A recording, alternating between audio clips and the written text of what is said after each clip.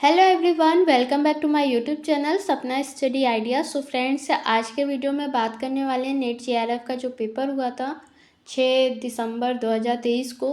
तो उसमें हम लोग आज आगे के क्वेश्चंस को डिस्कस करेंगे। इससे पहले भी एक वीडियो आ चुका है, अगर आप लोगों ने नहीं देखा है तो प्लेलिस्ट में जाकर देख सकते हैं।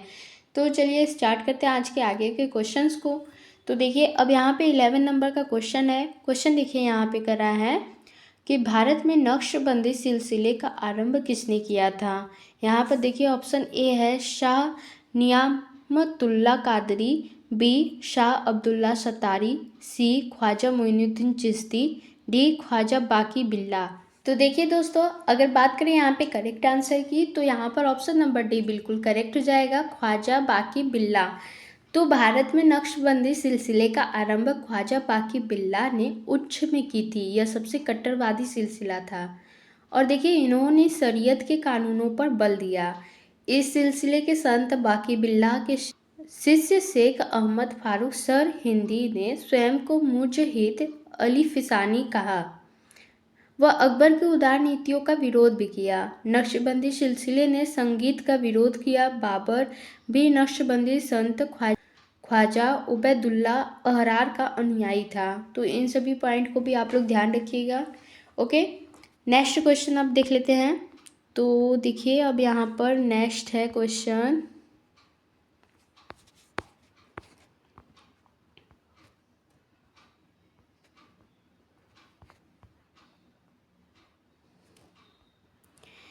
तो देखिए, अब यहाँ पे 12 नंबर का क्वेश्चन है। क्वेश्चन देखिए कह रहा है, तारकेश्वर सत्याग्रह के बारे में निम्नलिखित में से कौन से कथन सही हैं। तो आइए कथन देख लेते हैं। तो देखिए, अब यहाँ पे ए कर रहा है कि इसका नेतृत्व विनोबा भावे ने किया। बी यहाँ पे कर रहा है स्वामी विश्वानंद और स्वामी सच्चिदानंद ने सत्याग्रह के लिए महावीर दल का गठन किया था। सी यहाँ पे कर रहा है यह धर्म सुधार आंदोलन था। डी देखिए कर रहा है कि ब्रिटिश सरकार ने इस सत्याग्रह का समर्थन किया था। अब देखिए, इसमें बताना है कि नीचे दिए गए विकल्पों में से सही उत्तर का चयन करना है। तो अगर बात करें देखिए यहाँ पे करेक्ट आंसर की, तो यहाँ पर ऑप्शन नंबर डी बिल्कुल करेक्ट हो जाएगा, बी सी और ई। तो देखिए 1924 ईस्वी में बंगाल में प्रारंभ हुआ तारकेश्वर सत्याग्रह का संबंध मंदिरों में व्याप्त भ्रष्टाचार से था और स्वामी विश्वानंद और स्वामी सच्चिदानंद ने इस सत्याग्रह के लिए महावीर दल का गठन किया था। और देखिए, यह एक धर्म सुधार आंदोलन था। बंगाल में तारकेश्वर नामक स्थान पर स्थित मंदिर के महंत के खिलाफ भ्रष्टाचार के विरुद्ध यह सत्याग्रह तीर्थयात्रियों द्वारा किया गया था। और देखिए, इस सत्याग्रह से चित्तरंजन दास भी जुड़े हुए थे। तो इन सभी पॉइंट को भी आप लोग ध्यान रखिएगा। चलिए अब देखते हैं नेक्स्ट क्वेश्चन को। तो देखिए, अब यहाँ पे अब यहाँ पे 13 नंबर का क्वेश्चन है। क्वेश्चन देखिए कर रहा है कि साम्राज्यों का उत्थान और पतन चर्बी युक्त कारतूसों का विषय नहीं है। यह कथन किसका है। ऑप्शन ए देखिए कर रहा है कार्नवालिस, बी लीटन, सी डिजरैली, डी मेयो। तो देखिए, अगर बात करें यहाँ पे करेक्ट आंसर की, तो यहाँ पर ऑप्शन नंबर सी बिल्कुल करेक्ट हो जाएगा, डिजरैली। तो देखिए, साम्राज्यों का उत्थान और पतन चर्बी युक्त कारतूसों का विषय नहीं है। यह कथन देखिए बेंजामिन डिजरायली का है और डिजरायली ने ही 1857 के विद्रोह को राष्ट्रीय विद्रोह भी कहा है। डिजरायली कंजर्वेटिव पार्टी के नेता थे जो बाद में ब्रिटेन के प्रधानमंत्री बने। और देखिए, कार्नवालिस ने बंगाल में अस्थायी भूमि बंदोबस्त की शुरुआत मार्च 1793 में किया था। और देखिए, इन्हें प्रशासनिक सेवा के जनक के रूप में भी जाना जाता है। किसे, लॉर्ड कार्नवालिस को। ठीक है, लॉर्ड मेयो के समय ही प्रथम जनगणना जो 1872 में शुरू की गई थी, जबकि लॉर्ड लीटन के समय 1878 में वर्नाक्यूलर प्रेस एक्ट देसी भाषा समाचार पत्र अधिनियम पारित हुआ था। तो इन सभी पॉइंट को भी आप लोग ध्यान रखिएगा। चलिए देखते हैं हम नेक्स्ट क्वेश्चन को। तो देखिए, अब नेक्स्ट यहाँ पे है 14 नंबर का क्वेश्चन। मौर्यकालीन अर्थव्यवस्था निम्नांकित में से किन पर आधारित है। ए कृषि उत्पाद, बी धातु कर्म उद्योग, सी वस्त्र उद्योग, डी कागज प्रौद्योगिकी, ई बावड़ी उत्खनन। तो देखिए नीचे दिया गया है कि नीचे दिए गए विकल्पों में से सबसे उपयुक्त उत्तर का चयन करना है। तो अगर बात करें यहाँ पे करेक्ट आंसर की, तो यहाँ पर ऑप्शन नंबर सी बिल्कुल करेक्ट हो जाएगा। ए, बी, सी और ई, तो यहाँ पर चारों ऑप्शन यहाँ पे करेक्ट है।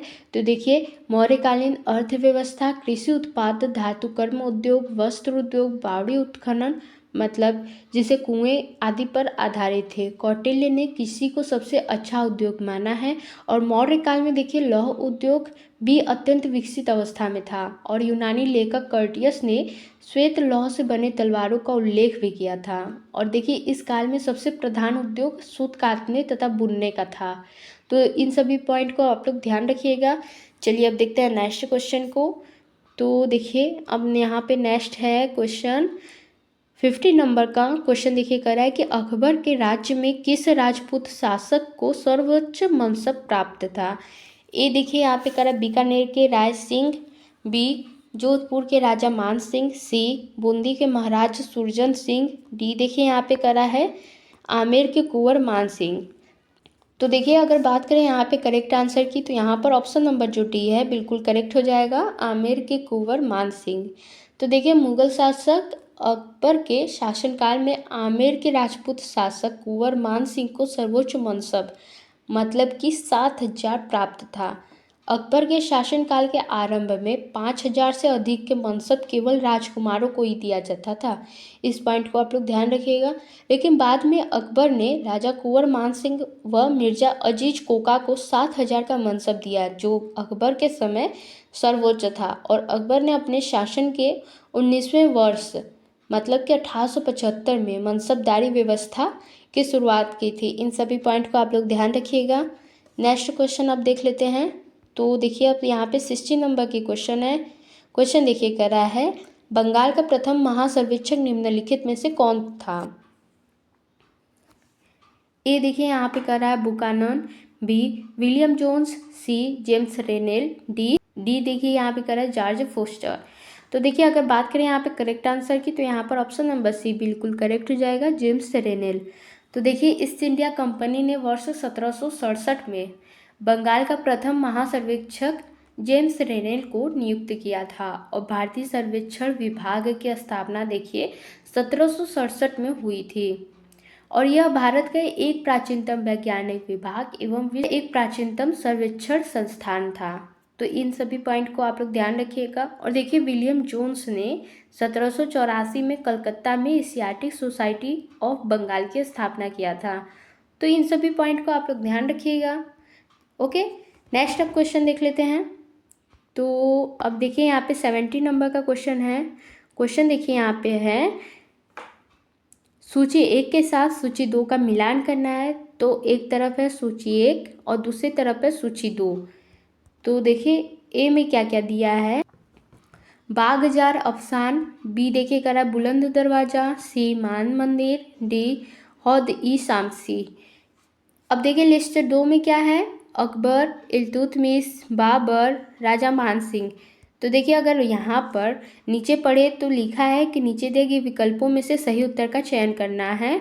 ओके, तो देखिए अगर बात करें यहाँ पे करेक्ट आंसर की, तो यहाँ पर ऑप्शन नंबर जो सी है बिल्कुल करेक्ट हो जाएगा। तो देखिए बागजर अफसान का मिलान हो जाएगा बाबर से, बुलंद दरवाज़ा अकबर से, मान मंदिर राजा मान सिंह से, हौद ई शामसी इल्तुतमिश से। ठीक है, अब चलिए देखते हैं नेक्स्ट क्वेश्चन को। तो देखिए अब नेक्स्ट यहाँ पे क्वेश्चन है 80 नंबर का। तो देखिए 80 नंबर का क्वेश्चन कर रहा है स्वदेशी आंदोलन के दौरान 22 साल में स्वदेश बांधव समिति की स्थापना किसने की थी। तो देखिए यहाँ पर ऑप्शन ए है मोतीलाल घोष, बी नील रत्न सरकार, सी अश्विनी कुमार दत्त, डी कृष्ण कुमार मित्रा। तो देखिए अगर बात करें यहाँ पे करेक्ट आंसर की, तो यहाँ पर ऑप्शन नंबर जो सी है बिल्कुल करेक्ट हो जाएगा। स्वदेशी आंदोलन के दौरान 22 साल में अगस्त 1905 में अश्विनी कुमार दत्त ने स्वदेश बांधव समिति की स्थापना की। और 22 साल वर्तमान में बांग्लादेश में स्थित है। तो इस पॉइंट को आप लोग ध्यान रखिएगा। ओके, चलिए अब देखते हैं नेक्स्ट क्वेश्चन को। तो देखिए अब यहाँ पे 90 नंबर का क्वेश्चन है।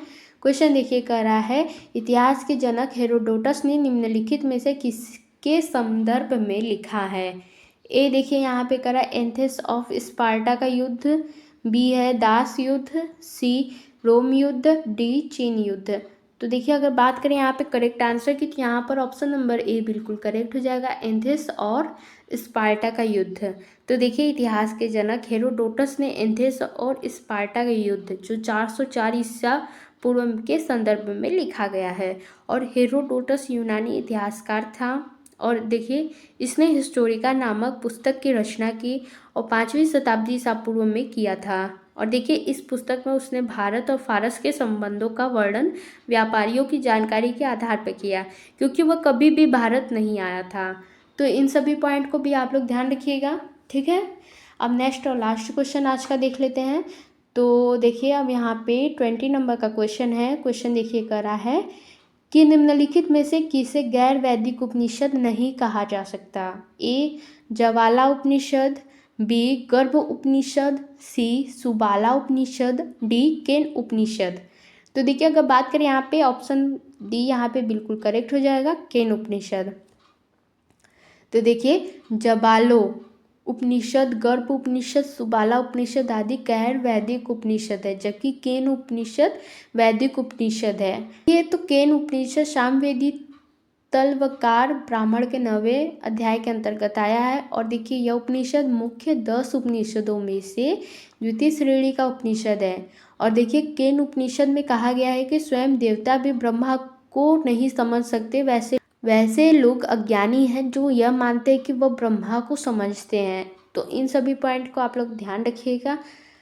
तो दोस्तों अब मिलेंगे नेक्स्ट वीडियो में आगे के क्वेश्चंस के साथ। तब तक आप लोग इस वीडियो को लाइक करें, शेयर करें, और नए हैं चैनल पर तो चैनल को सब्सक्राइब जरूर करें, ताकि आप लोगों को भी मिल सके नेट जेआरएफ का प्रीवियस ईयर के क्वेश्चंस विथ डिटेल सोल्यूशन के साथ। आई होप आप लोगों को ये वीडियो अच्छा लगा होगा। तो मिलते हैं नेक्स्ट वीडियो में, तब तक के लिए बाय बाय।